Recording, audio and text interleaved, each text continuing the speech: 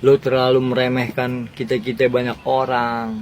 Berujung lu tuh menghina kita-kita orang. Lu sebut kita-kita orang empal gentong. Lu kalau nggak ada empal gentong kayak kita-kita orang, lu nggak jadi dokter.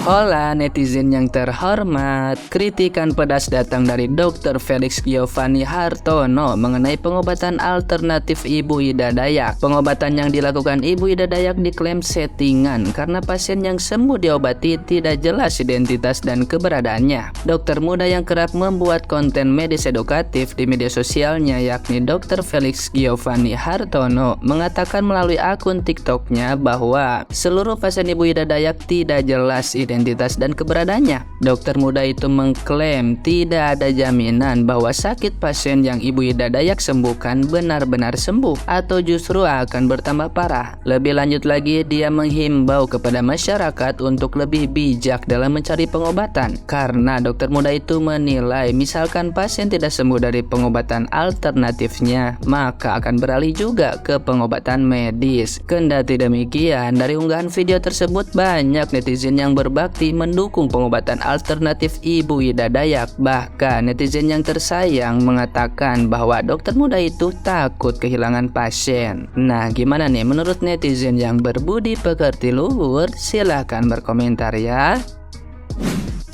Akhir-akhir ini lagi rame tentang Ibu Ida Dayak. Pengobatan yang dilakukan beliau ini dianggap begini, begitu. Oke, sekarang yang gue nggak mau menyoroti soal Ibu Idanya, tapi gue mau menyoroti respon dari orang-orang yang mengeluarkan statement tentang Ibu Ida Dayak. Pertama, ya untuk Dokter Freddy yang membuat VT, ya, yang dengan memanggil kita empal gentong. Gue bilangin lu, ya, kalau misalnya dokter bilang katanya dia bertanggung jawab terhadap pasien-pasiennya, kata siapa? Gue kasih lu tahu, adek bokap gue, adek kembar gue itu matanya buta sebelah gara-gara retina putus. Terus dijadwalkan operasi menggunakan BPJS, ditunda sampai akhirnya tidak bisa dioperasi lagi. Saudara gue lagi yang lain baru-baru ini habis operasi di punggung, tau-taunya bernanah.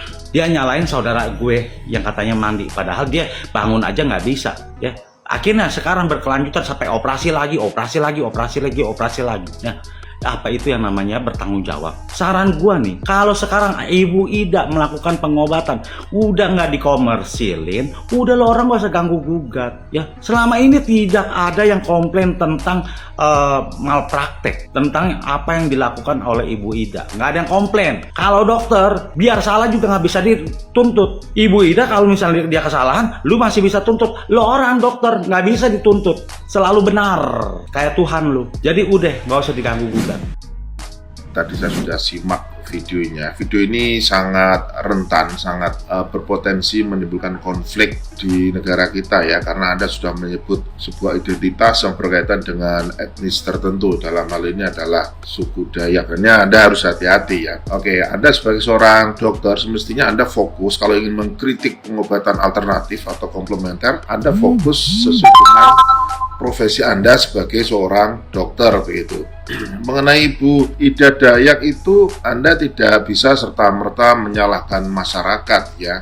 Anda mengatakan di situ bahwa pengobatan Ibu Ida Dayak ini belum terbukti akan kesembuhannya, ya. Yang kelihatan kesembuhannya yang diekspos di media. Nanti kalau pulang kambuh bahkan lebih parah lagi, tidak ada yang tahu, dan biasanya kondisi seperti itu akan merujuk ke rumah sakit. Nah, ini biasanya terbalik begitu.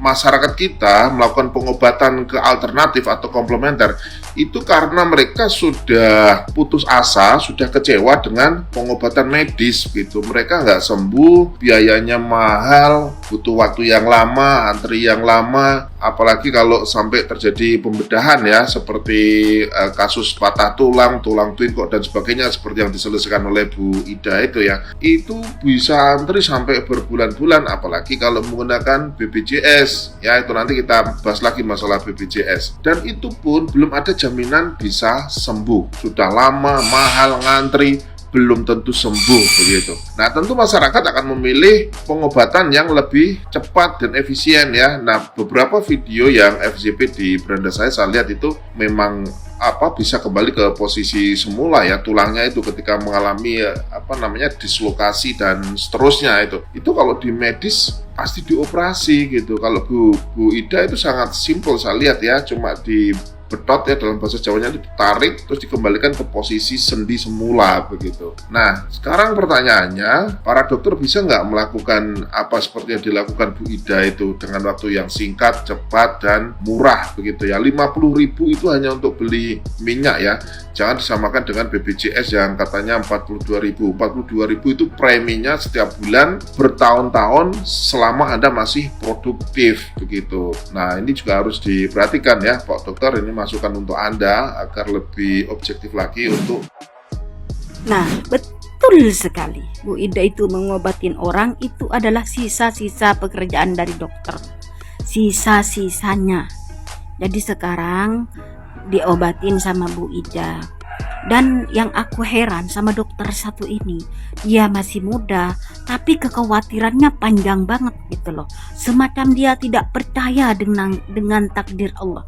Semacam dia tidak percaya dengan garis jalan hidup manusia yang sudah ditentukan oleh Allah. Rezeki itu tidak akan pernah tertukar.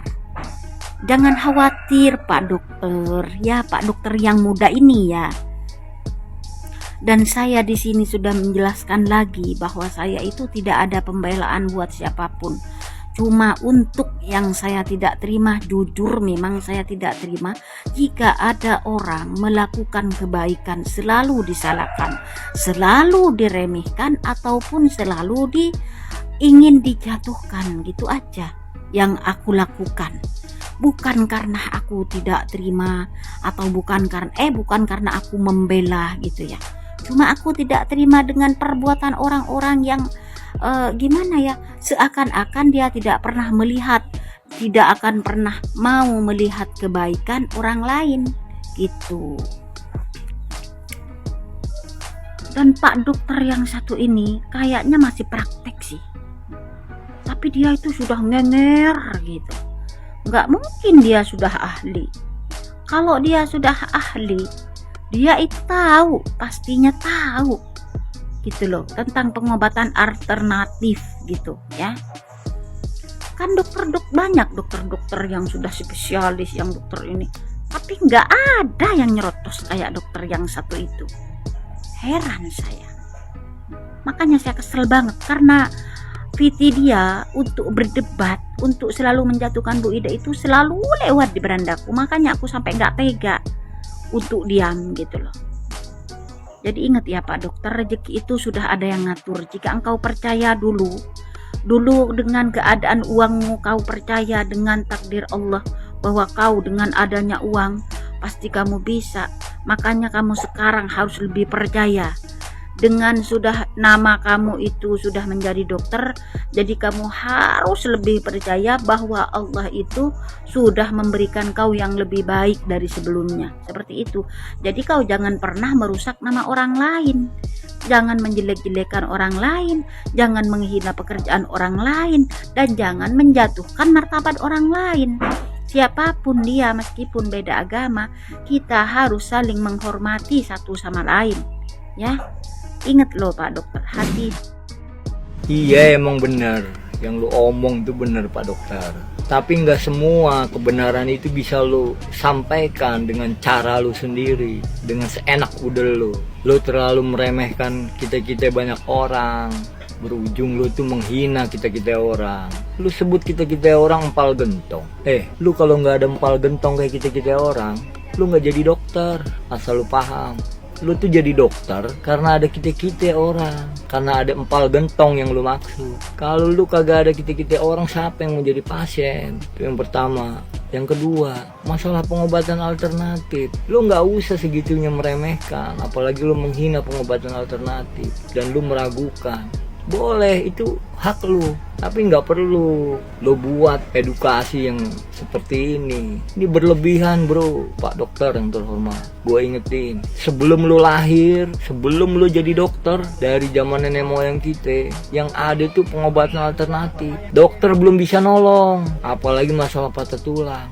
Lo nggak perlu cari bukti, lo nggak perlu repot-repot cari pembuktian kebenaran, tanggung jawab, nggak perlu. Nih gue yang udah ngalamin. Yang namanya alternatif itu kadang dokter kagak bisa nanganin, dokter kadang bisanya apa, amputasi. Alhamdulillah nyampe sekarang kaki gue masih ada. Temen-temen gue, supir-supir temen gue yang banyak kecelakaan, hampir 75% semuanya lewat alternatif patah tulang. Karena dari zaman dulu udah ada Pak Dokter, belum ente jadi dokter.